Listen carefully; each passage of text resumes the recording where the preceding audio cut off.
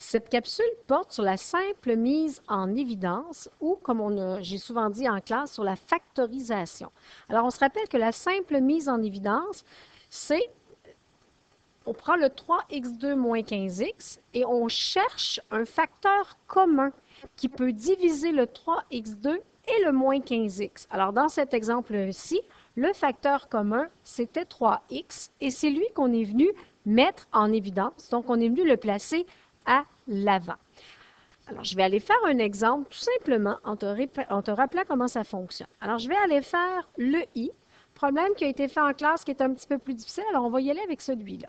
Alors, premièrement, on observe, nous avons 3 termes, il y a les coefficients, il y a des variables. Alors, on regarde premièrement pour les nombres. On a 21, 14, moins 7. Alors, pour ce qui est de 21, de 14 et de moins 7, quel est le plus grand commun diviseur? Alors, quel est le plus grand commun diviseur?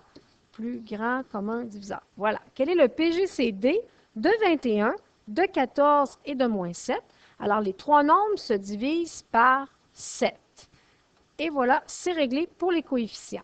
Maintenant, pour les variables, on a des x dans le premier, des x dans le deuxième, des x dans le troisième. Alors, on a bien dit qu'il fallait que ce soit commun. Alors, comme il y a des x dans les trois termes, le x, je peux le mettre en évidence. Mais combien de x je peux mettre en évidence? Alors, ce que tu fais, tu vas chercher le plus petit exposant pour tes x. Alors, on a un x exposant 2, exposant 3, exposant 2.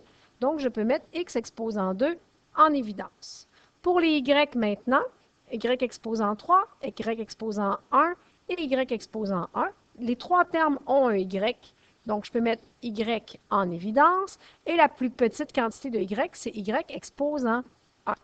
Une fois que c'est fait, maintenant, si on met ça en évidence, qu'est-ce qui va nous rester dans notre parenthèse? Bien, premièrement, fais bien attention, il y avait 3 termes au départ. Tu devras avoir 3 termes dans ta parenthèse. Assure-toi de bien avoir 3 termes à la fin. On part. Nous avions 21x2y à la 3. Et là, on a mis le 7x2y1 en évidence. Alors, qu'est-ce que je fais à 7 pour obtenir 21? Je viens le multiplier par 3. Pour ce qui est des x à la 2, qu'est-ce que j'ai fait à x à la 2 pour obtenir x à la 2? Bien, dans le fond, je l'ai multiplié par 1. Alors, on pourrait faire apparaître un 1 ici, mais on ne le fera pas parce qu'on a déjà un 3. Donc, ce n'est pas nécessaire de l'écrire parce que si on fait 3 fois 1, ça reste 3. Maintenant, pour les y, qu'est-ce que je fais à mon y1 pour obtenir y3? Je viens le multiplier par y exposant 2. Une autre façon de trouver le fameux 3y exposant 2, c'est que dans ta tête, tu peux prendre le 21x2y3 et simplement venir le diviser par la quantité que tu as mis en évidence. C'est le même raisonnement, mais inverse que tu fais dans ta tête. Donc, 21 divisé par 7, ça donne 3. X à la 2 divisé par x à la 2, donc base identique, je soustrais mes exposants. Ça me donne x à la 0. Et pour le dernier, y exposant 3, y exposant 1, 3 moins 1, y exposant 2. Nous avons appris qu'on n'écrivait pas le x à la 0, que ce n'était pas nécessaire. Donc, on a le 3y2. C'est exactement ce qu'on a inscrit ici. On y va pour le deuxième terme. Nous avons mis le 7 en évidence. 7 fois quoi me donne mon 14 qui est ici? Bien, c'est 7 fois plus 2. Pour ce qui est de mes x, j'en ai mis 2 en évidence. Dans le deuxième terme, il y a un x à la 3. Donc, il me manque un x ici. Et finalement, pour les y, ben, j'en ai mis 1 en évidence et j'en avais qu'un dans le deuxième terme. Donc, il n'y en aura plus dans le terme de la parenthèse. Dernier terme, nous avons moins 7 dans le troisième terme et nous avons mis 7 en évidence. 7 fois quoi va me donner moins 7? Donc, ça va être moins 1. Hein, on peut le faire, cette opération-là, qui est une multiplication ici. Là. 7 fois quoi me donne moins 7? La réponse est moins 1. Pour les x maintenant, j'ai un x2 en évidence. Dans mon troisième terme, il y a aussi un x2. Donc, x2 fois quoi donne x2? Bien, c'est fois 1. C'est déjà ce que j'ai écrit. Et pour ce qui est de mon y, y fois quoi donne y, ben c'est fois 1, c'est déjà ce que j'ai écrit. Alors, voici la factorisation ou la mise en évidence pour ce problème-là. Tu peux aussi faire une étape de vérification dans ta tête. Je vais te la faire en rouge. Alors, l'étape de vérification serait justement d'aller faire la distributivité et voir si tu vas bien retrouver la question l'expression qu'on avait au départ. Alors, 7 fois 3, 21. X à la 2 fois aucun x ici, ça fait x. X à la 2, pardon. Et y fois 1 fois y à la 2, ça fait y exposant 3. Deuxième flèche, pour le deuxième terme, 7 fois 2, 14, plus 14. X à la 2 fois x à la 1, x à la 3. Et mon y1 fois, hop, il n'y a rien ici, donc fois y, tout simplement. Le dernier, 7 fois moins 1, moins 7. Et comme il n'y a pas de x ou de y dans le troisième terme, nous ne faisons que réécrire ce qu'on avait mis en évidence. Et maintenant, si tu compares, tu t'aperçois que tu as bien la même chose. Et voilà. Alors, la réponse, c'est ça ici qu'on recherchait.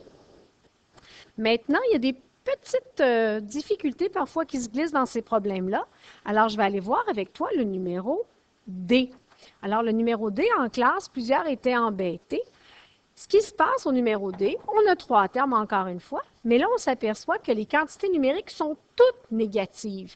Moins 8, moins 4, moins 16. Comme toutes mes quantités sont négatives, on se rappelle, il faut mettre ce qu'il y a en commun en évidence. Donc, le moins est en commun. Je vais mettre moins en évidence. Et là, j'ai 8, 4 et 16. Je vais mettre moins 4 en évidence. Pour mes variables maintenant, j'ai des A à la 2 dans le premier, mais je n'ai pas de A dans le deuxième, pas de A dans le troisième. Je ne peux pas le mettre en évidence. Pour les B, j'ai un B à la 2 dans le premier, j'ai un B à la 1 dans le deuxième et j'ai un B à la 2 dans le troisième. Ah, mais je vais pouvoir mettre les B en évidence. Combien? La plus petite quantité, ce sera 1. Je m'aperçois que le deuxième terme, il y a un C, mais c'est le seul terme qui a un C. Donc, je ne peux pas mettre de C en évidence. Que va-t-il me rester dans ma parenthèse? Bien, dans ma parenthèse, il va me rester 3 termes que je vais aller trouver. On part. Moins 4 fois quoi me donne moins 8? C'est 2. Et là, je vais simplement réécrire le A à la 2 parce qu'il n'y a pas de A qui a été mis en évidence. Et pour ce qui est du B, j'ai déjà un B à la 1 en évidence, donc il va me rester à placer un B ici. Deuxième terme. Moins 4 fois quoi me donne moins 4? C'est plus 1. Pour ce qui est des B, j'ai déjà un B1 en évidence, puis j'avais juste un B1, donc je n'en mettrai pas d'autre. Et il me reste le C exposant 3. Et finalement, pour le troisième terme, j'ai moins 4 fois quoi qui me donne moins 16, plus 4. Pour ce qui est des B, j'ai déjà un B1 en évidence, puis j'en avais 2, donc je vais avoir un B ici. Alors, voici la réponse finale. En passant, le petit 1 n'est pas nécessaire, donc tu pourrais tout simplement réécrire moins 4b, parenthèse, 2 à la 2b, plus C3, donc on ne place pas le 1, on n'écrit pas le 1, plus 4b. Voilà.